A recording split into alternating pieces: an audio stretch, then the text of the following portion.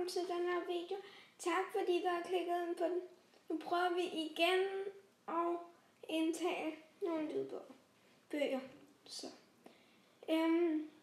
Så lad os egentlig bare komme i gang.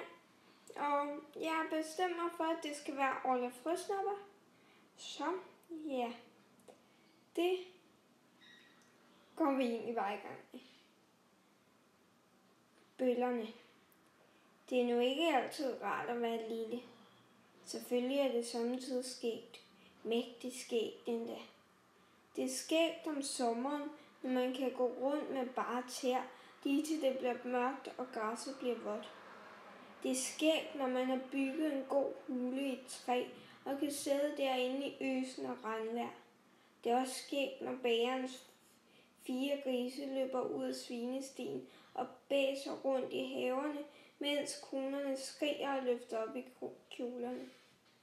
Men det er nu forresten skæggere, når man selv har lukket grisene ud.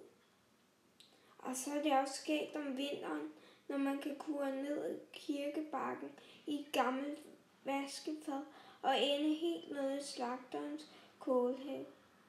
For slagterens kone bliver nemlig helt tosset, når der er nogen, der kurer ned i hendes have. Sommetider kan man få hende til at løbe efter sig med et kosteskaft, hvis man er fræk nok. Men det skæggeste er det hele er nu alligevel, når man har trillet kastanjer ud på gulvet i danseskolen, og danselæreren skvatter rundt i dem og hyler, at aldrig har han kendt mage til uopdragne unger.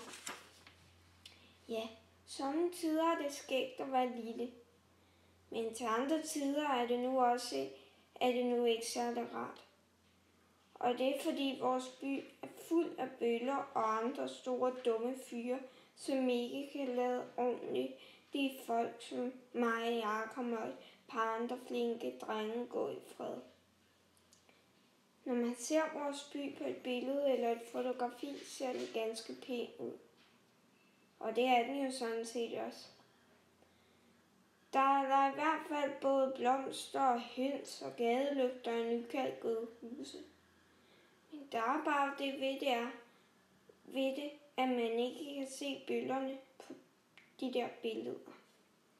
Bøllerne i vores by gemmer sig nemlig altid bag ved husene og træerne og plankeværkene, når der er nogen, der skal til at fotografere byen og det nye fortov. I købmandens butik nede på hjørnet er der en masse af den slags billeder fra vores by. Og nogle af billederne er der ovenikøbet farver på. Men bøllerne er aldrig med på nogle af billederne. De har nemlig altid gemt sig bag ved et eller andet, for de smadrer bange folk, der er nogen, der skal se dem. Så kommer vi til et nyt kapitel, tror jeg. Og jeg læser lige lidt af det også, fordi det var et ret kort kapitel, så nu er vi kommet til kapitel 2. Orla Frøsnapper. Den værste bølle, vi har, hedder Orla. Orla Frøsnapper er der nogen, der kalder ham. Det er fordi, han engang har spist en levende frø, siger de. Men det er nu nok løgn, for der er ingen mennesker, der tør æde en frø, når den er levende. Ikke en hel en i hvert fald. Orla er tynd og lang og hvid i hovedet. Måske det, fordi han har ædt den der frø. Men der er nogen af dem, der kender ham, som siger, at han er så hvid i hovedet, fordi han rører cigaretter.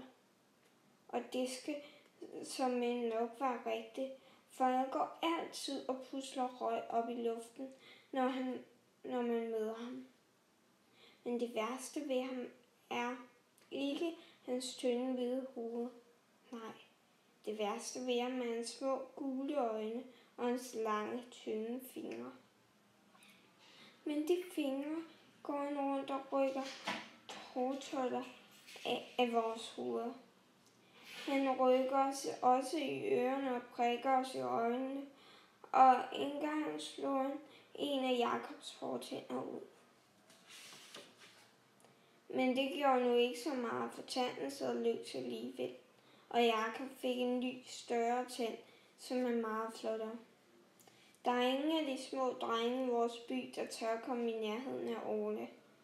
Heller ikke mig, Jakob og Tune og de andre i klassen. Vi er alle sammen smadret rare for ham, Orla Frøsnapper. Og rare, det betyder, at de er rigtig bange for Orla Frøsnapper. I begyndelsen kendte Orla Frøsnapper mig heldigvis ikke særlig godt. Han havde kun rykket lidt hår af mig 2 gange. Men en dag mødte jeg ham alligevel. Som rigtig for alvor altså. Jeg sad omme bag smedens værksted og plukkede mælkebøtter til mine kaniner, og jeg opdagede ham først, da han stod lige bag ved mig og sagde: "Hvad er du for en bitte lort?" Jeg hoppede mindst 3 meter op i luften af forskrækkelse. Og mens jeg stod der og hoppede lidt op og ned, tænkte jeg på, hvordan jeg kunne stikke af. Hvis han får fat i mig, rykker han alt håret af mig, tænkte jeg. For jeg kunne lige med det samme høre, at det var Orla. Og måske rykker han også ørerne af og slår tænderne ud af munden på mig. Det var, hvad jeg tænkte, mens jeg hoppede op og ned som en kænguru. Jeg kunne høre, hvordan han grinede bag mig, og det var næsten, som om jeg kunne mærke, hvordan han begyndte at rykke mit ene øre af. Jeg var nær ved at tabe mine bukser af skræk. Men så var det, at jeg fik øje på et lille hul i hækken. Hullet førte ind til smedens have, og smeden var stor og sort og farlig, men jeg ville alligevel hellere have klø af smeden, end jeg ville have alt mit hår og mine 2 gode ører rykket af. Så jeg røg ind gennem hullet som et mus. Ha, tænkte jeg. Men nu kan du stå derude og grine lige så meget, du har lyst til, dit lange hylster. Mere noget jeg ikke har tænkt, for i det samme tog en stor sort hånd fat i min trøje. Hvad laver sådan et lille skarn i min have, sagde en stemme. Og da jeg kiggede op og så højt oppe smeden sorte skæggede fjes. Au mand, hvor er det farligt at være lille. Smeden rystede mig frem og tilbage, og ude på vejen kunne jeg høre Orla grine, da han stak af. Jeg kunne høre, hvordan han benede hen ad grusvejen. Brummede smeden. Ved du, hvad jeg gør ved æbletyve som dig?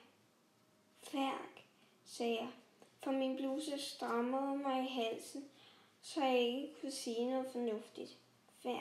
Færk. Ved du, hvad jeg gør ved den? Brummede smeden og svingede mig frem og tilbage mellem brandnetterne.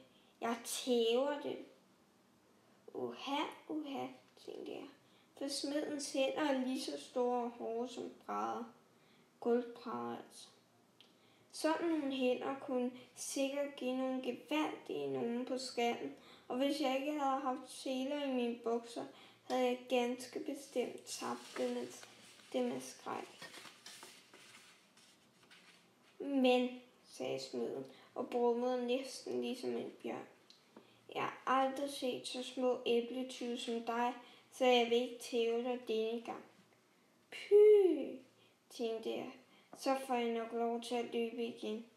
I stedet, sagde smeden, i stedet for at give dig klø, kan du få lov at grave om til mine høns en times tid. Færk, skreg jeg og sprællede med benene. Færk, men det hjalp ikke det fjerneste. Jeg røg lige på hovedet ind i hønsegården, og da smeden havde hapset lågen, så jeg ikke kunne stikke af, sagde han. Spaden står ved gavlen af hønsehuset. Grav nu et par 100 rundt til min høns. Om en time kommer jeg og kigger på, hvad du har lavet. Og så traskede han væk med nogle gevaldige skridt, der var mindst lige så lange som et jernbanetog. Det er en mægtig stor smed, vi har i vores by.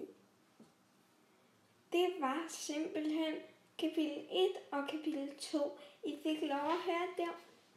Jeg håber, I kunne lide det. Og ja, så må I meget gerne give det et like, hvis I har lyst. Og kommentere, hvis I har lyst. Så vil jeg gerne læse, hvad I synes. Og så må I godt abonnere, hvis I også har lyst til det. Og så ses vi bare, når jeg læser kapitel 3 op for jer. Hej hej.